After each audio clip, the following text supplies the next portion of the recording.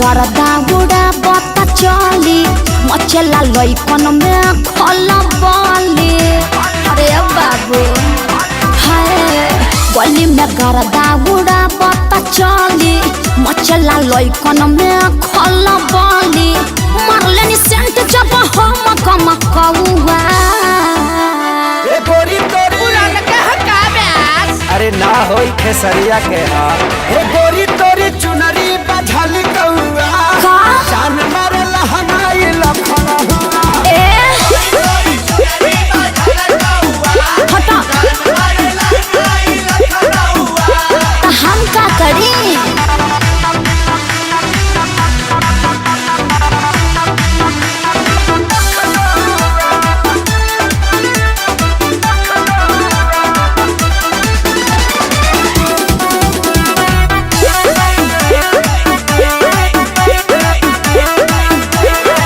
कातिल जवानी फरहबी अदाबा एही पाया बाबू दुनिया फिदाबा। गौवा जवाहर हिले शहर बाजार हिले तोहरे अदा पमोने यो पे बिहार हिले साचो। अरे हाँ हो विद्या कसम कातिल जवानी फरहबी अदाबा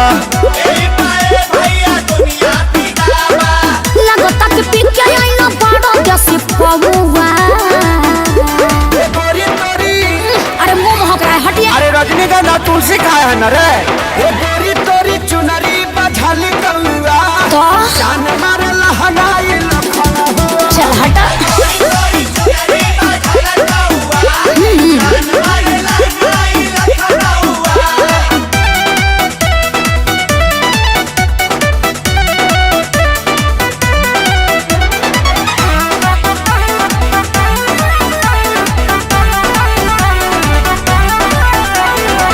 झुमका पर झारखंड बापा गलाइल पूर्वांचल के दिल नथिया पर आइल। तोहरा पर पड़ल बा नजर रंगा बाज के हरदी लगाहिले चिरई उड़न बाज के। अरे सब बुझाता पटना ले जाता का गनवा झुमका पर झारखंड बापा गलाइल अखिलेश के सारे ढेरों बोली जनी रहुआ। अरे बुलाए का सोनू जी को श्यामो आकाश के बुलाला। चुप रहा। हे गोरी तोरी चुनरी बझल कौआ का जान मारे लहनाई लखन ओह न मनबा।